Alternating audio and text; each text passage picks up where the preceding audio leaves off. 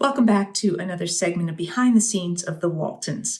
I'm continuing on in somewhat chronological order as I have arrived at season 8, and I'll be talking about episode 1 and 2, which was a two-part episode, The Home Front. If you're enjoying these, please do hit like and subscribe. The Home Front was written by our writer-producers Rod Peterson and Claire Whitaker and was directed by Harry Harris. Now, in this marks the first return of Olivia. Michael Learned was back after having left for some time in the middle of season 7. So she's back at this point for a while. Being a 2-hour episode, we have several storylines going on. One of the key ones involves Jon Walton, who has been part of the local draft board and had to draft a young boy, Tommy Satterfield, who had just turned 18. And Tommy at first went AWOL, and Jon, along with Sheriff Bridges, helps to get him to go back and join his squad as they are shipping out. Sadly, Tommy's ship is attacked while they are en route to Europe, and Tommy is killed. His father is out for revenge and threatens Jon that he is going to basically kill one of Jon's sons in retaliation, an eye for an eye. Jon is really having a hard time with this because he feels responsible for having drafted him and then having convinced him not to go AWOL and risk being put in prison for basically running away. So it's a really tough episode for Jon, because then he feels the guilt over the death of Tommy, but also then fears for his own sons who Calvin is threatening. Jason is basically training recruits for service, and he is put in charge of a group of men who weren't quite cutting it in the regular training, and so he has been tasked with bringing them up to speed and getting them battle ready. And there's a particular soldier, Ted Lipinski, who is just struggling. He can't remember his right from his left, and he keeps messing up, and Jason feels for him, and he's trying to be nice to him, but Jason's sergeant keeps saying, no, you got to be tough on him, and Jason just doesn't feel comfortable yelling at him and being that tough because he sort of empathizes with him. But ultimately, Jon talks with him, and he realizes through a series of different circumstances with family members that tough love is really going to be the kindest thing for Ted Lipinski, because if he isn't ready when he has to go into battle, then he's more likely to be killed himself or be responsible for members of his platoon being killed because he was basically messing up. So Jason comes to realize that being tough and making sure that Lipinski is ready is the kindest thing that he can do for him. Another storyline involves Erin, who is working for J.D. Pickett and is sort of serving as his assistant in a way. He basically hands her everything that needs to be done. He is out looking for a new assistant manager, but is not even considering Erin because he feels like she's too young and she's a girl. And JD just doesn't see that he doesn't feel that they're as competent as men. So he won't really consider her. Mary Ellen is working there sort of as their nursing, she's in charge of anything involving the health and welfare of the employees. And she keeps trying to urge Erin to demand a pay raise and demand the job that she is already doing. So that storyline also develops along the way. Elizabeth and Jim Bob are part of a storyline that involves Amy Godsey. Amy has returned from finishing school, and Elizabeth is quite excited to have her back, but she doesn't quite connect with and recognize this Amy who has returned from finishing school, who speaks French and has airs about her now. And she's turned into a bit of a snob, and she sort of starts flirting with Jim Bob and feeling like she is in a way too good for Elizabeth and would rather hang out with Jim Bob because that's he's grown up, he's tall. She refers to him as sexy now in her diary that Cora Beth shamelessly reads. But Elizabeth is feeling hurt and left out when Amy keeps agreeing to do things with Jim Bob and sort of blowing off Elizabeth along the way. So that's a tough one for Elizabeth. And Amy has to come to realize that being a young lady and having good manners also includes not hurting friends and not being snooty and stuck up and all of that, and not breaking your word. And so she is still a work in progress in terms of becoming a proper young lady. Ben is still working for Daddy at the mill and is still chafing against the fact that although he's doing essential government work for the war, he feels like other men don't realize that that's the case and feel like he's just, a coward, that he didn't want to sign up. And Ben is feeling like he would like to have some sort of designation that other people can recognize, some uniform that says, I'm serving my country in this way. But he is there doing what needs to be done. Meanwhile, he and Cindy, his wife, are hoping to have children, and they have been struggling to get pregnant. And Cindy is feeling that everyone keeps looking at her and commenting, expecting word anytime and asking about it. And she feels that sense of somehow shortcoming on her part and is tired of people asking, aren't you pregnant yet? So she's trying to work her way through that and asks Olivia about it. Ben asks Daddy about it, like any tips, any suggestions. But ultimately, before the end, they have good news. Some cute points along the way that I noticed when rewatching this was early on, there's a dinner sequence. It's Olivia's first time back having a meal with the family, and we get caught up on everything that's going on. Most episodes had these sort of expositional scenes where we let the audience know what this episode's about and where everybody's at and what we can expect to be happening with the storylines in this show. So we find out here about Tommy Satterfield having gone AWOL, and Ep stops by and asks Jon for help in trying to find Tommy and get him to reconsider his AWOL position. A few more examples in this episode about those times when we move back and forth between the backlot and the interior soundstage and how a scene would get edited together. In this case, we are outside of Ike Godsey's store, and we see Jim Bob kind of approaching from his vehicle. So we are on the backlot where the exterior of Godsey's store was. Then we quickly get into an edit where we see Jim Bob approaching Ike's store, and we see Elizabeth inside the store putting up a Welcome Home Amy sign. This would have been on the sound stage because we can see into the store and the stock and things like that, which we couldn't really see from the exterior set.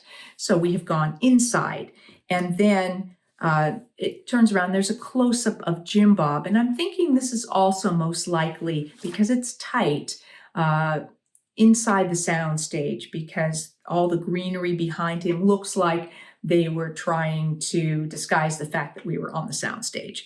So that's my take on this and how they put that together. In the evening, after drills, Jason is in the barracks and he is playing his guitar and singing, and Ted Lipinski comes in. And after speaking about home, and Lipinski misses his home and his family, and then they sing the song together and did a beautiful job with the harmony on this song. Dreams will never take me home. Elizabeth planned to go on a picnic with Amy, and Jim Bob sort of tags along or gets invited along, and then Elizabeth feels left out because Amy's paying more attention to Jim Bob than her. She wants to go wading and nobody seems to want to go. They're having a little tickling wrestling match.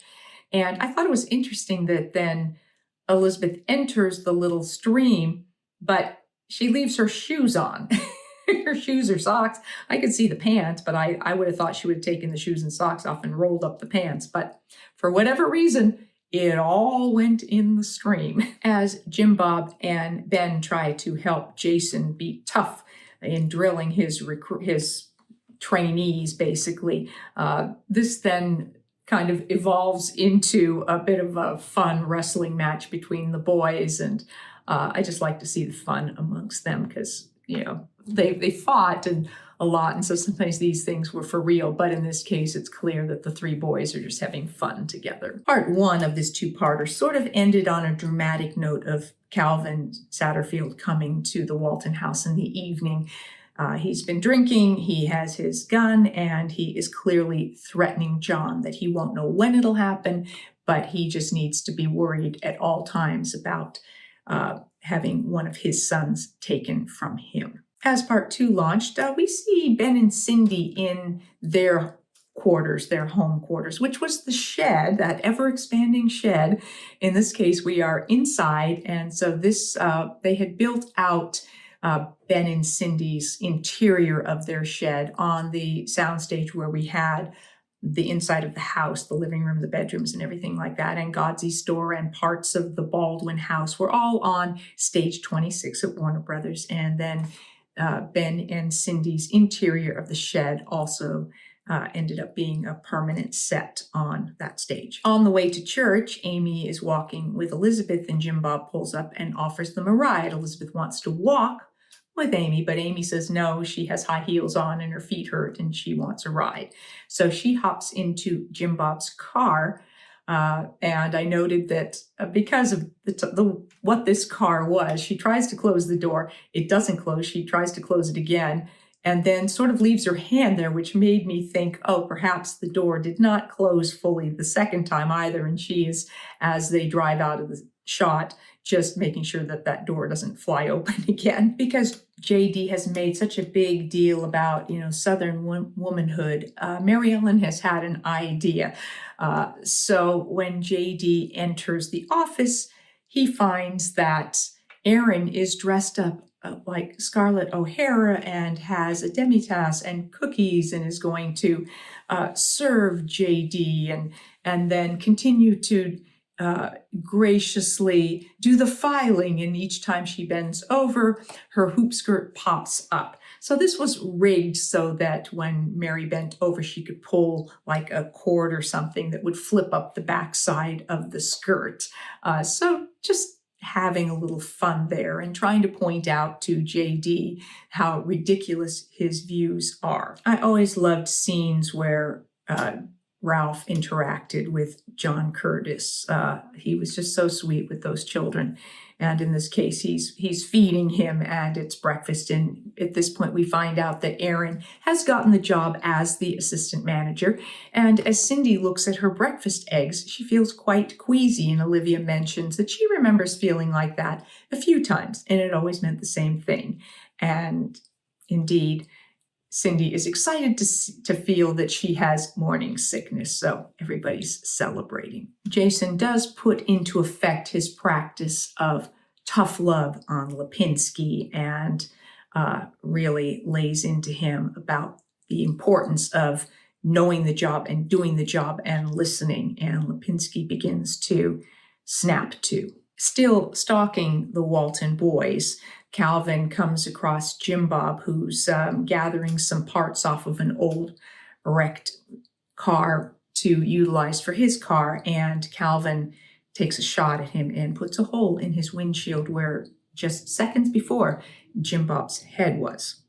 Jon goes to confront Calvin, who is digging a grave for Tommy, and where the meadow is that they refer to, his wife tells Jon that's where he is. And this body of water there was a reservoir at Franklin Canyon, which was a location that I've spoken about that we used a number of times each season when we needed more expansive outdoor settings that we didn't have on the back lot. So there were a number of scenes in this two-part episode that were filmed at Franklin Canyon. after Elizabeth has confessed to Jim Bob that she felt hurt by Amy spending more time with Jim Bob than with her,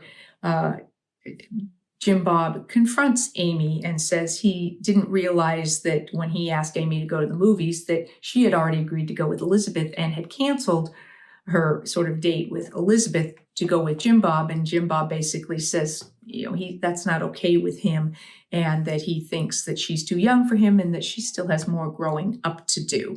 And it's a bit of a wake-up call for Amy, who goes back inside and apologizes to her parents for the way she's been behaving, and is taken a real step there into growing up and recognizing what good manners really are. There's a whole sequence that culminates this episode. Jon has gotten his rifle. He's going to go confront Calvin one-on-one. Ben and Jim Bob are concerned, want to go with him. He says no. He heads off. Ike arrives with a telegram for Olivia, which is very concerning because at that point telegrams were typically not good news. As Jon and Calvin are facing off, working out what's going to happen here, Ben, Jim Bob, and Olivia arrive, and Olivia hurries up and shows Jon this telegram. Jon shares the telegram with Calvin, and the telegram basically says that John Boy is missing in action. So somehow this seems to resolve the issue between these two men who are both now grieving, their sons. And then we move into a final sequence of a military funeral for Tommy. And I did note I wasn't at this, and I just sort of figured, well, it kind of made sense because Mary Ellen probably didn't want to take John Curtis, so she was probably home caring for John Curtis. However, it was unusual this episode because there were no good nights and there was no final narration, which I think is fitting since we just found out that John Boy was missing in action. Perhaps it would have been odd to then hear the voice of John Boy as a grown man, although of course we know Earl was not killed in the war, but I think it was fitting for this case to not have a narration and to forego the good nights and just sit with this poignant moment of the loss of this son. Thank you for joining me for this segment of Behind the Scenes of the Waltons about the episode The Home Front. I'll be back with more Behind the Scenes of the Waltons, more episodes, more Ask Judy, and more special guests. Thanks for watching.